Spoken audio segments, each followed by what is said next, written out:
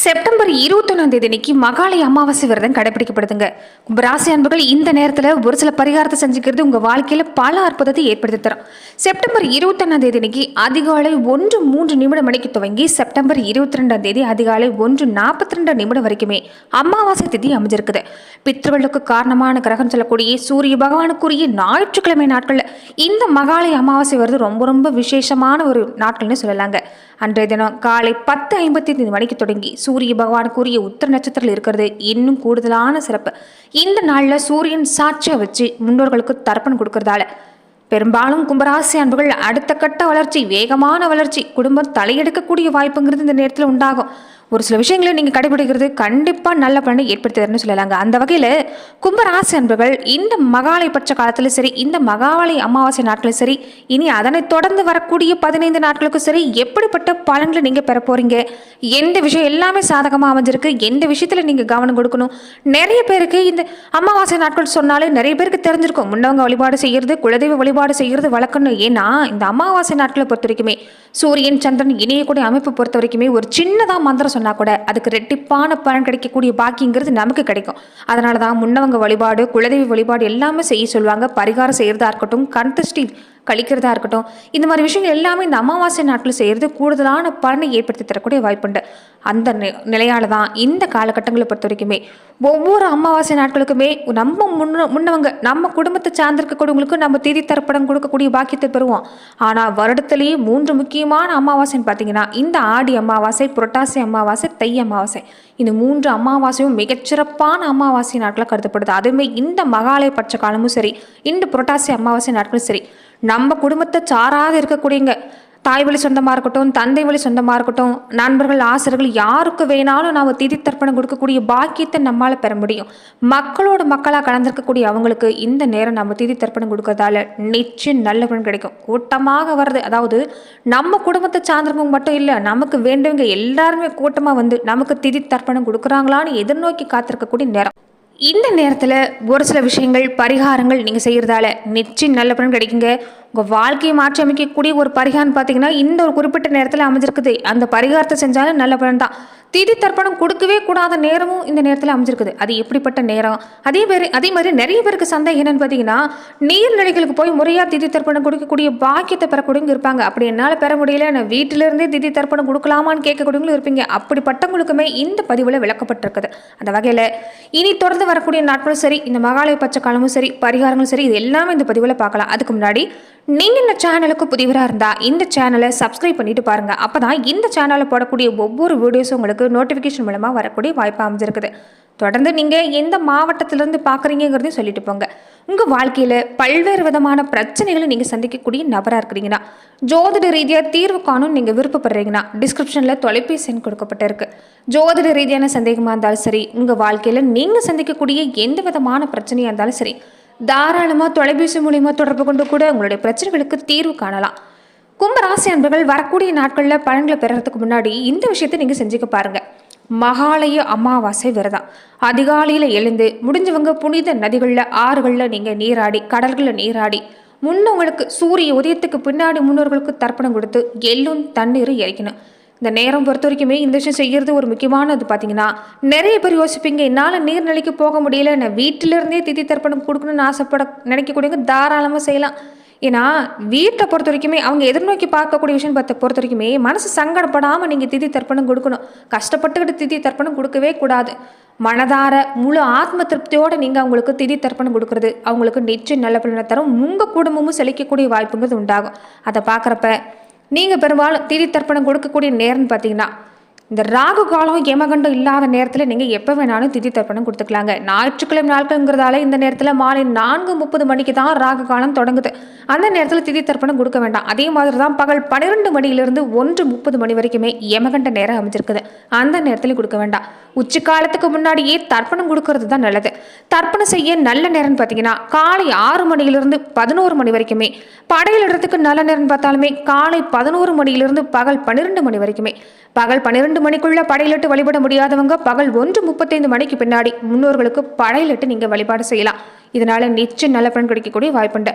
அதாவது இந்த நேரத்தில் பொறுத்த வரைக்குமே நான் வீட்டில இருந்தே திதி தர்ப்பணம் கொடுக்குறேன்னு ஆசைப்படக்கூடியவங்க, யாருக்கு திதி தர்ப்பணம் கொடுக்குறீங்களோ அவங்களுடைய படம் இருந்தா வீட்டில் வச்சு தனியாக தீபம் ஏற்றி நீங்கள் வழிபாடு செஞ்ச பின்னாடி வீட்டு வாசப்படிக்கு வெளியே வந்து காசி காசுன்னு சொல்லிக்கிட்டே மனதில் அவங்களுடைய பேரை உச்சரிச்சுக்கிட்டே நீங்கள் எள்ளும் தண்ணீரை இறக்கி பாருங்க. இதனால நிச்சயம் நல்ல பலன் கிடைக்கக்கூடிய வாய்ப்புண்டு. அன்றைய தினத்தில் ஏழை ஒருத்தருக்காவது நீங்கள் அன்னதானம் செய்யணும். ரொம்ப முக்கியமாக கும்பராசி அன்பர்கள் உடல் ஊனமுற்று இருக்கக்கூடியவங்களுக்கு உங்களால் முடிஞ்ச உதவி செய்யறது, அதாவது இந்த குடை தானம் தர்றது, செருப்பு தானம் தர்றது, போர்வை தானம் செய்யறது நல்லது. ஒரு நபருக்காவது அன்னதானம் செய்ய பாருங்க, நிச்சயம் நல்ல பலன் கிடைக்கக்கூடிய வாய்ப்புண்டு. அதே மாதிரி தான் இந்த நேரத்தில் பொறுத்த வரைக்குமே இந்த ராகு கால வேலையில 4:30 மணிக்கு பின்னாடி தொடங்கக்கூடிய இந்த ராகு கால வேலையில உங்கள் வாழ்க்கையில் பிரச்சனை இருக்குது, தொடர்ந்து தடை இருக்குது, இந்த விஷயம் எனக்கு நடக்கணும் அப்படின்னு நினைக்கக்கூடியவங்க ஒரு ஸ்பூன் அளவுக்கு தான் கொள்ளு பயிரை எடுத்துக்கங்க கையில்.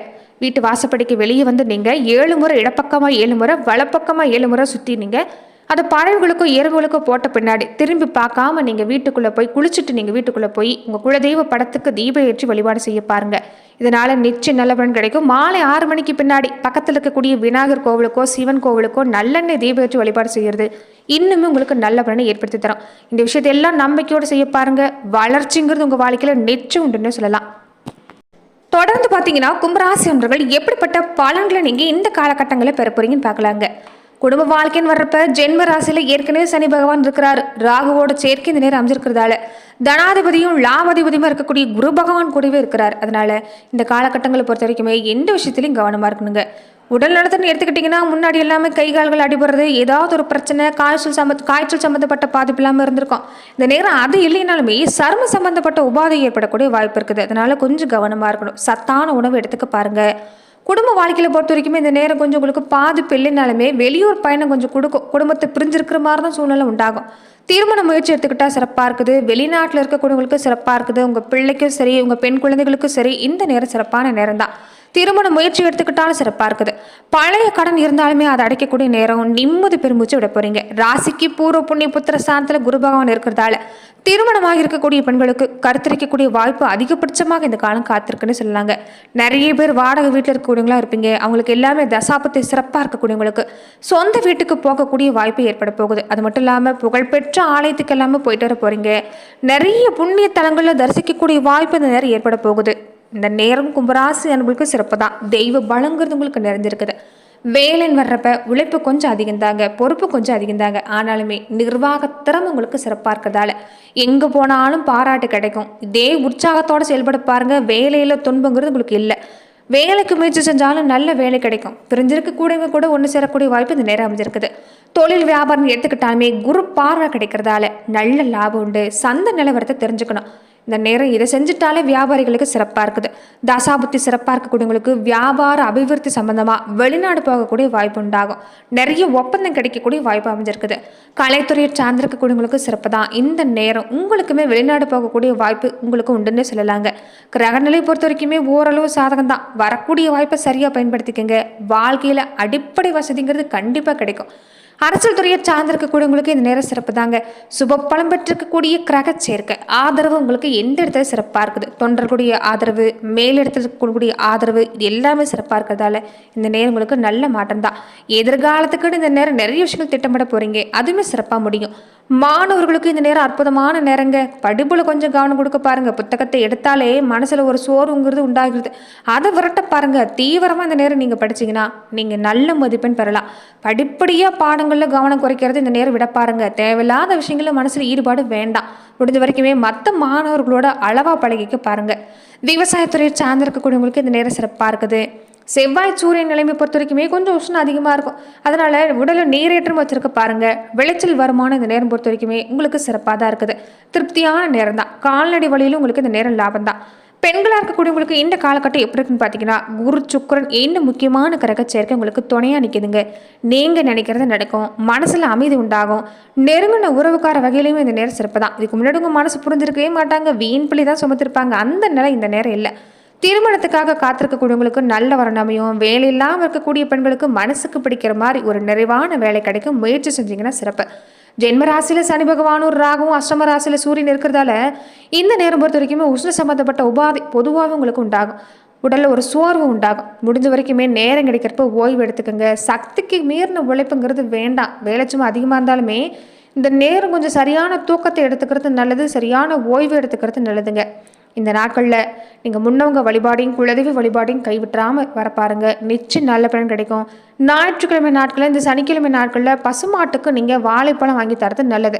இந்த 2 தினத்துலையும் நீங்கள் தொடர்ந்து தீபேத்தி ஏதாவது ஒரு கோவிலில் தீபேத்தி வழிபாடு செய்ய பாருங்க, நிச்சயம் நல்ல பலன் கிடைக்கக்கூடிய வாய்ப்புண்டு. நன்றி நண்பர்களே. மேலும் இந்த மாதிரியான பதிவுகளுக்கு நீங்கள் இந்த சேனலை லைக் பண்ணுங்க, ஷேர் பண்ணுங்க, கமெண்ட் பண்ணுங்க, மறக்காம சப்ஸ்கிரைபும் பண்ணிக்கோங்க. நன்றி நண்பர்களே.